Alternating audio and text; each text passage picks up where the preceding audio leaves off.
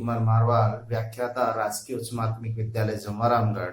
एक बार फिर से स्वागत करता हूं आपको इस चैनल पर ऑनलाइन पढ़ाई में। आप पढ़ें, आगे बढ़ें और अच्छा पढ़ें, गुणवत्तापूर्ण पढ़ें। तो चलिए आज हम पढ़ने जा रहे हैं कक्षा 12 के सिलेबस के अकॉर्डिंग हम ये चैनल चला रहे हैं। कक्षा 12 राजनीति विज्ञान के भाग ब में इकाई सेकंड हम चालू कर रहे हैं। उसमें आपके है भारत में शासन नामक टॉपिक। इसके भी जो 3 खंड है उसमें पहला खंड हम ले रहे हैं कि भारत में शासन में लोकतंत्र संसद, लोकसभा एवं राज्यसभा यानी संसद के बारे में हम इसमें पढ़ने वाले हैं। ये टॉपिक आपके लिए महत्वपूर्ण बनने जा रहा है। कक्षा 12 के लिए नहीं वरन आपके प्रतियोगी परीक्षाओं में भी एक महत्वपूर्ण रोल ये अदा करेगा। इसलिए इसको आप पढ़ें, आगे बढ़ें और गुणवत्तापूर्ण शिक्षा ग्रहण करें। कम पढ़ें लेकिन अच्छा पढ़ें, और जब तक आपको ये अच्छी तरह समझ में नहीं आए तब तक वीडियो को आप बार बार देखते रहें ताकि आपको अच्छे से समझ में आ जाए। आशा करूंगा कि आप इसे पढ़ेंगे, लाभ लेंगे और वीडियो को अंत तक देखें। लाइक और सब्सक्राइब जरूर करें। तो चलिए शुरुआत करते हैं इस पाठ की। तो भारत में जो शासन है उसमें संसद, लोकसभा और राज्यसभा के बारे में जो हम पढ़ने वाले हैं उसमें हम संसद के बारे में पढ़ेंगे। तो सबसे पहले मैं बता दूं कि भारत में जो शासन की पद्धति अपनाई गई है वो लोकतांत्रिक, प्रतिनिधित्वक लोकतांत्रिक पद्धति जो आपके अपनाई गई है उससे संबंधित संसद के बारे में बात करेंगे। तो लोकतंत्रात्मक संसदीय शासन प्रणाली जो भारत में ली गई है उसके अनुसार हम बात करें। जब लोकतंत्र की बात करते हैं, लोकतांत्रिक शासन की बात करते हैं, तो लोकतांत्रिक शासन में जो सरकार के जो अंग माने गए हैं वो आप जानते हैं कि 3 अंग माने गए हैं। इंपॉर्टेंट है, हमेशा आपको याद रखना है कि लोकतांत्रिक शासन पद्धति में सरकार के 3 अंग होते हैं। पहला होता है व्यवस्थापिका, दूसरा होता है कार्यपालिका और तीसरा होता है न्यायपालिका। इनके बारे में मैं थोड़ा सा बता दूं कि व्यवस्थापिका सरकार का वह अंग है जो कानून का निर्माण करता है। संविधान के अनुसार जो नियम, अधिनियम, कानून, विधि का निर्माण करने का जो कार्य है वो व्यवस्थापिका है। और कार्यपालिका का कार्य जो है वो आपके इन जो व्यवस्थापिका ने जो कानून नियम बना दिए उनके अनुसार कार्य रूप, मूर्त रूप देने का जो कार्य है कार्यपालिका का है। और अगर इनमें कोई अध्यारोपण होता है तो न्यायपालिका, यदि विधि के निर्माण अगर कार्यपालिका कार्य विरोध में कार्य करती है तो उनके लिए न्यायपालिका उनसे बचाव यानी संरक्षण का जो कार्य है वो न्यायपालिका करती है। तो इस प्रकार तीनों जो है भारत में व्यवस्थापिका, कार्यपालिका और न्यायपालिका हैं, स्वतंत्र इकाई के रूप में कार्य करती हैं, एक दूसरे से पूर्ण रूप से स्वतंत्र होती हैं। तो बात करते हैं अपन व्यवस्थापिका की। तो व्यवस्थापिका में जो व्यवस्थापिका है उसको अलग अलग देशों में अलग अलग नामों से जाना गया है। तो ब्रिटेन में इसे पार्लियामेंट के नाम से जानते हैं। किसको? जो लोकतांत्रिक शासन प्रणाली की जो व्यवस्थापिका है उसको ब्रिटेन में पार्लियामेंट के नाम से जानते हैं। तो इसमें प्रश्न अगर आपके ये आ जाए कि ब्रिटेन में संसद को किस नाम से जानते हैं तो आप कहेंगे कि पार्लियामेंट। या दूसरा प्रश्न इसी को घुमा के दे दें कि ब्रिटेन में पार्लियामेंट का रूप क्या है या पार्लियामेंट क्या है, तो उसमें आपको बताना होगा कि ब्रिटेन में जो पार्लियामेंट है वो उसकी व्यवस्थापिका है। तीसरा प्रश्न इसी से आ जाएगा कि ब्रिटेन की पार्लियामेंट व्यवस्थापिका को किस नाम से जानते हैं, तो पार्लियामेंट के नाम से जाना जाता है। नंबर बात करते हैं 2 पर। संयुक्त राज्य अमेरिका में, संयुक्त राज्य अमेरिका जो संघीय व्यवस्था है वहां पे जो संघ की जो व्यवस्थापिका है उसको कांग्रेस के नाम से जाना जाता है। ध्यान रखिए, कांग्रेस क्या है, वहां की संसद या जो व्यवस्थापिका है उसको कांग्रेस के नाम से जाना जाता है। यहाँ एक महत्वपूर्ण बात मैं आपको बता दूं कि भारतीय कांग्रेस और अमेरिकी कांग्रेस में जो महत्वपूर्ण फर्क है वो क्या है, वहां की जो संसद है या व्यवस्थापिका है उसका नाम क्या है, कांग्रेस है। जबकि भारत में जो कांग्रेस है वो क्या है, एक राजनीतिक पार्टी का नाम है। तो ये दोनों में फर्क आ गया। तो वहीं अपन चलते हैं जापान में। तो जापान में जो व्यवस्थापिका है उसको डायट के नाम से जाना जाता है। तो जर्मनी में इसे बुंडेस्टाग के नाम से वहां की व्यवस्थापिका को जाना जाता है। तो चलते हैं अपन ईरान की ओर। तो ईरान में जो व्यवस्थापिका है, कानून निर्माण की जो कार्यकारी संस्था है उसको मजलिस के नाम से जाना जाता है। और अपन पहुंचते हैं अपने भारत में। तो भारत में पहुंचते ही इसका नाम संसद हो जाता है। क्या हो जाता है, यानी भारत की जो व्यवस्थापिका है वो संसद कहलाती है। तो हम पहुंच गए भारत में संसद।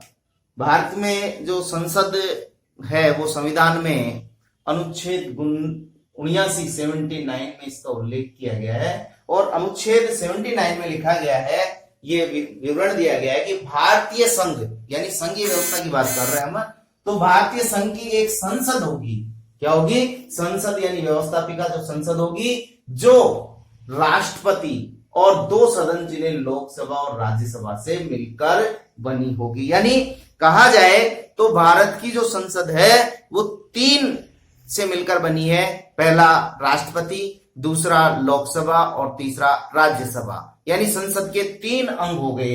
यानी भारत की संसद के जो अंग की अपन बात करें, कितने अंग हो गए, 3, पहला लोकसभा, दूसरा राज्यसभा और तीसरा राष्ट्रपति। तो प्रश्न अगर आ जाए कि भारतीय संसद के कितने अंग हैं, तो आपका उत्तर तुरंत से हो जाना चाहिए कि भारतीय संसद के 3 अंग होते हैं। कौन कौन से, तो वहां पे लोकसभा, राज्यसभा और राष्ट्रपति के बारे में आ जाएंगे।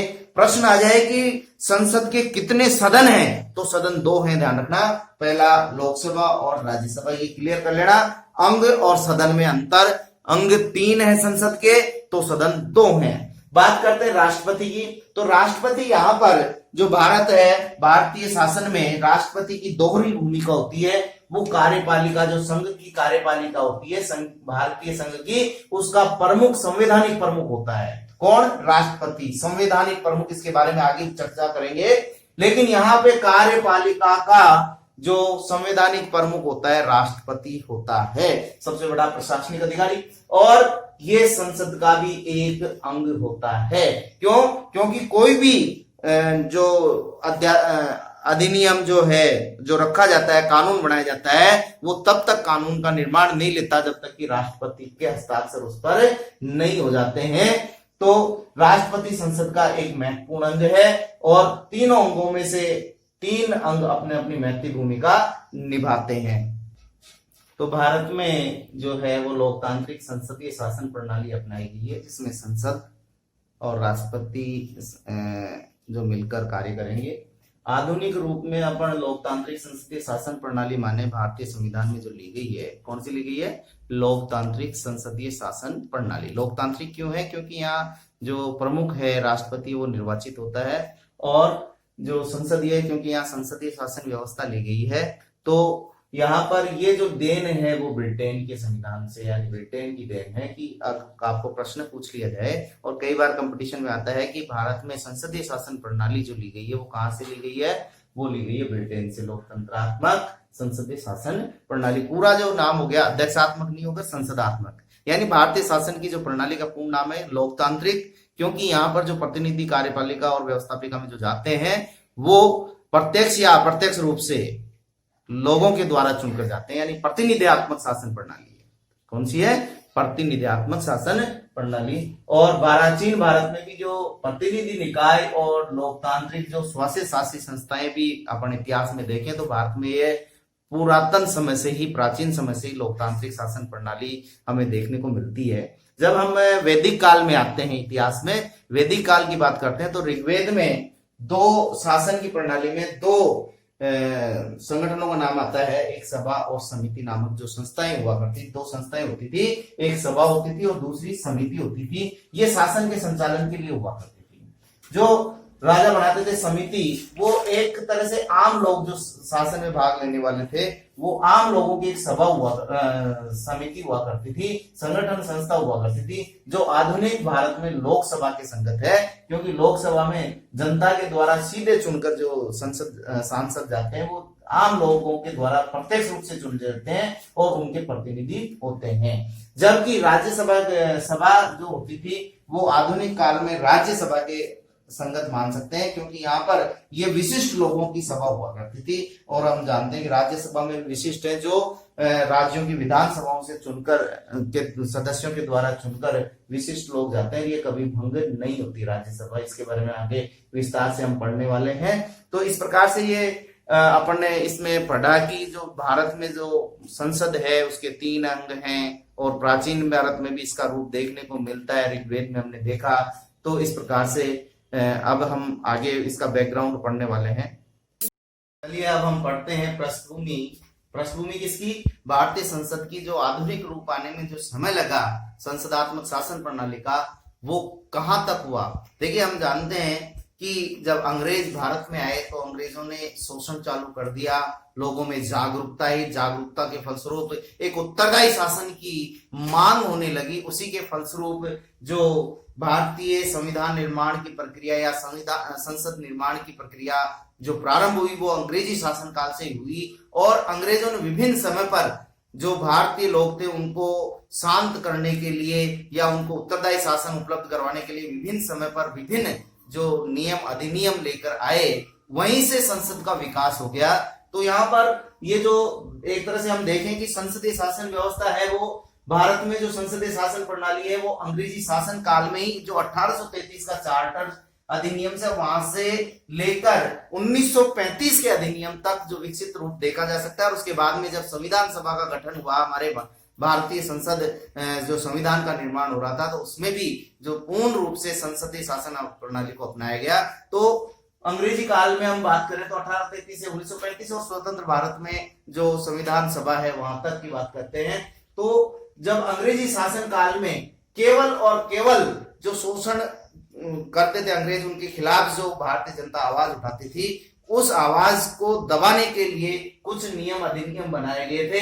और तो इसका जो रूप था उस समय वो सीमित था, लिमिटेड था और अनुत्तरदायी था। ये कोई अनुत्तरदायी नहीं था, केवल कुछ सम्राट लोगों को संसद में शामिल कर लिया जाता था, शासन में सम्मिलित कर लिया जाता था और वहां से इसकी शुरुआत होती है। तो हम चलते हैं इसके मुख्य मुख्य बिंदु जो आपके किताब में है उनके अनुसार हम बात करते हैं। सबसे पहले 1892 का जो शासन अधिनियम आया उसमें ही सबसे पहले संसदात्मक लोकतंत्रात्मक बात की गई थी कि गवर्नर जनरल की एक विधान परिषद बनाई गई, जिसमें अधिकतम 16 सदस्य निर्धारित किए गए, जिनमें 12 तो शासकीय सदस्य जो थे वो अंग्रेजी अफसर हुआ करते थे और 4 अप्रत्यक्ष रूप से निर्वाचित सदस्य जो भारत में से लिए जाते थे उस परिषद में। लेकिन ये जो है वो संपूर्ण भारत का प्रतिनिधित्व तो करते ही थे, इसलिए एक सीमित जो पैसे एक तरह से आपके अमीर वर्ग मान लो या अन्य सम्राट लोग थे, उनको कुछ प्रतिशत लोगों को ही यहाँ चुनने का अधिकार था। वो हम 11वीं क्लास में पढ़ चुके हैं। फिर उसके बाद में 1909 ईस्वी का जो आया आपके कहते हैं मार्ले मिंटो सुधार के नाम से अधिनियम आया। उसमें जो अधिकतम जो विधान परिषद थी कौन सी, जो गवर्नर जनरल की, उसमें जो सदस्य संख्या जो थी वो 16 से करके 60 कर दी गई थी। लेकिन यहाँ पर भी एक अंग्रेजों ने चाल खेली कि यहाँ पर जो निर्वाचन कर दिया गया वो सांप्रदायिक आधार पर निर्वाचन कर दिया गया, यानी बांट दिया। ये जो निर्वाचन था वो संपत्ति के आधार पर था, राजस्व आय के आधार पर था, जमींदारों के आधार पर था और हिंदू मुस्लिम और दलित 3 वर्ग उन्होंने जो बनाए थे उसके आधार पर सांप्रदायिक निर्वाचन पद्धति करके भारत की एकता और अखंडता को यहाँ बांटने का प्रयास यहाँ पे किया गया अंग्रेजों के द्वारा। फिर 1919 में फिर सुधार आया, क्योंकि यहाँ से संतुष्ट नहीं थे लोग, लगातार उत्तरदायी शासन की मांग उठ रही थी। तो 1919 में जो आया उसमें केंद्रीय स्तर पर चैम्सफोर्ड सुधार, केंद्रीय स्तर पर विधानमंडल जो था वो 1 सदनीय था, उसको 2 सदन में बदल दिया गया। केंद्रीय स्तर का जो विधानमंडल था उसको 1 सदन के स्थान पर 2 में बदल दिया गया और पहले को जो उच्च सदन था उसको नाम दिया गया, राज्य परिषद का नाम दिया गया। उसमें सदस्य संख्या 60 निर्धारित की गई और उसमें से 34 सदस्य निर्वाचित किए गए। और दूसरा जो निम्न सदन था उसको विधानसभा के नाम से जाना जाता है और उसमें सदस्य संख्या 144 कर दी गई, जिसमें 104 सदस्य जो थे वो निर्वाचित रखे गए। इसके बाद में हम चलते हैं 1935 के भारत शासन अधिनियम की ओर। ये एक महत्वपूर्ण शासन अधिनियम था। इसमें भी जो सदस्य संख्या थी 2 ही अधिनियम, इसमें भी वही दोनों मंडल रखे गए। यहाँ पे भी वही विधान परिषद और विधानसभा, राज्य परिषद और विधान परिषद रखा गया। यहाँ सदस्य संख्या में बढ़ोतरी कर दी गई, लेकिन यहां पर भी शासन का जो स्वरूप था वो अनुत्तरदायी था। कौन सा था? अनुत्तरदायी। यानी यहां पे संख्या तो बढ़ा दी लेकिन अनुत्तरदायी शासन की व्यवस्था थी। और यहां पर जो मतदाताओं की संख्या जो थी वो केवल 15% लोगों को ही मत देने का अधिकार यहां पर दिया गया। और जो मत था वो भी एक तरह से भारत की एकता और अखंडता को या अलोकतांत्रिक तरीके से था।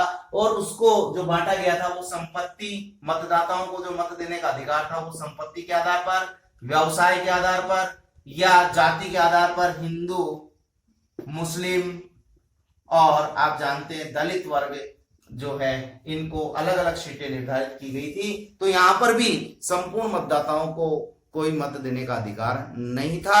और जब भारत में संविधान सभा का गठन हुआ तो वहां पर जो वयस्क मताधिकार लेकर जो संसदीय शासन प्रणाली की नींव रखी गई और जो आपके अलोकतांत्रिक तत्व थे, संपत्ति, व्यवसाय या जाति के आधार पर जो सीटों का निर्धारण था या मत देने का जो अधिकार था उसको हटा लिया गया। और आज हम देखते हैं कि वयस्क मताधिकार यानी 18 वर्ष से ऊपर की आयु के जो नागरिक हैं भारत के, जो बिना किसी भेदभाव, लिंग, भाषा, धर्म, जाति के आधार पर मत दे रहे हैं, वो यहाँ पर संसद का पूर्ण रूप आपको देखने को मिलता है। चलिए हम संसद के गठन की बात करते हैं। तो इसके पहले पढ़ चुके हैं कि अनुच्छेद 79 में ये प्रावधान किया गया है कि भारत में एक संसद होगी, भारतीय संघ की एक संसद होगी जिसका जो राष्ट्रपति और 2 सदनों से मिलकर बनी होगी और दोनों सदनों का नाम राज्यसभा और लोकसभा रखा गया है।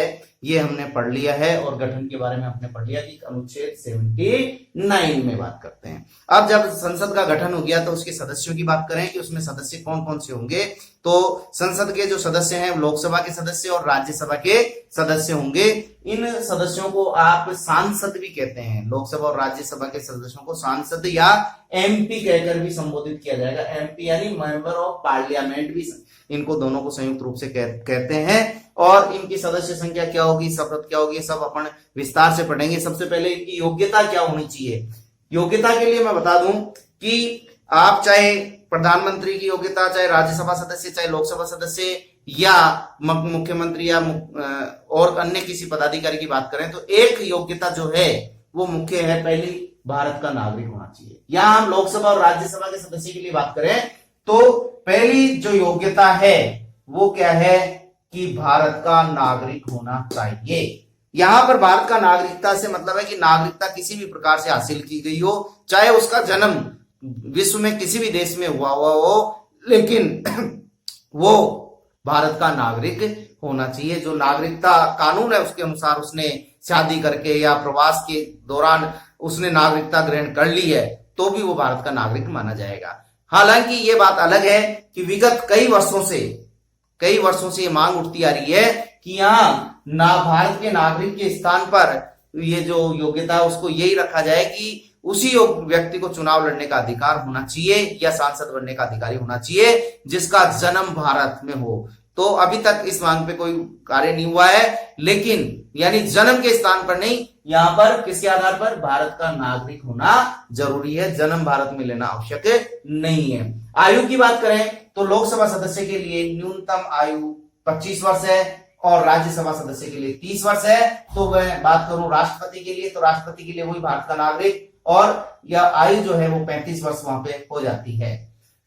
फिर है कि तीसरी ऐसी योग्यता होनी चाहिए कि संसद द्वारा जो निर्धारित योग्यताएं, जो संसद समय समय पर निर्धारित करे कि ये योग्यताएं होंगी, वो योग्यताएं होनी चाहिए। ये तो मूल रूप से ये योग्यताएं हो गई। कुछ योग्यताओं के साथ निर्योग्यताएं, इनको योग्यताओं के साथ भी पढ़ा जाता है कि निर्योग्यताएं का मतलब जिसके आधार पर उसको बर्खास्त किया जा सकता है, उनको योग्यताओं में भी ले सकते हैं। निर्योग्यताओं में सबसे पहली चीज है कि वो किसी भी लाभ के पद पर कार्यरत नहीं होना चाहिए, चाहे वो लोकसभा का हो चाहे राज्यसभा का। दूसरा है वो पागल या दिवालिया नहीं हो, यानी विकृत चित्त, मानसिक रूप से विकृत, और वो दिवालिया नहीं होना चाहिए, बैंक के द्वारा उसकी डिग्री नहीं होनी चाहिए, पागल और दिवालिया नहीं होना चाहिए। 2 और तीसरा जो आता है कि एक व्यक्ति लोकसभा में 2 स्थानों से चुनाव लड़ सकता है एक साथ, लेकिन अगर दोनों स्थितियों में वो जीत जाता है दोनों सीटों से तो उसको 1 महीने के भीतर उसको 1 सीट खाली करनी पड़ती है। यानी वो रिक्त करनी पड़ती है। ये भी निर्योग्यता हो गई, एक सीट के लिए निर्योग्यता है, दूसरी के लिए नहीं है। तीसरा है, चौथा है कि चुनावी अपराध या भ्रष्ट आचरण के आधार पर भी अगर ये सिद्ध हो जाए कि चुनाव के दौरान उसने भ्रष्ट आचरण किया या भ्रष्ट तरीके से या गलत तरीके से निर्वाचित होकर आया है तो न्यायालय द्वारा उसको बर्खास्त किया जा सकता है। पांचवा जो है कि दल बदल कानून में 10वीं अनुसूची जो है संबंधित, इंपॉर्टेंट है प्रतियोगी के लिए, ध्यान रखना 10वीं अनुसूची किससे संबंधित है? दल बदल कानून से। यानी अगर कोई व्यक्ति जीत कर आता है और दल बदल कर दूसरे में चला जाता है, दूसरे दल में, तो उसको बर्खास्त किया जा सकता है। तो ये कुछ निर्योग्यताएं थी और कुछ योग्यताएं थी। तो राष्ट्रपति के लिए भी बात करें तो भारत का नागरिक, 35 वर्ष की आयु, पागल दिवालिया नहीं होना चाहिए, लाभ के पद पर कार्यरत नहीं होना चाहिए, भ्रष्ट आचरण नहीं होना चाहिए, और संसद द्वारा जो योग्यता निर्धारित की, और उसमें एक योग्यता होनी चाहिए कि वो संसद सदस्य चुने जाने की योग्यता रखता हो।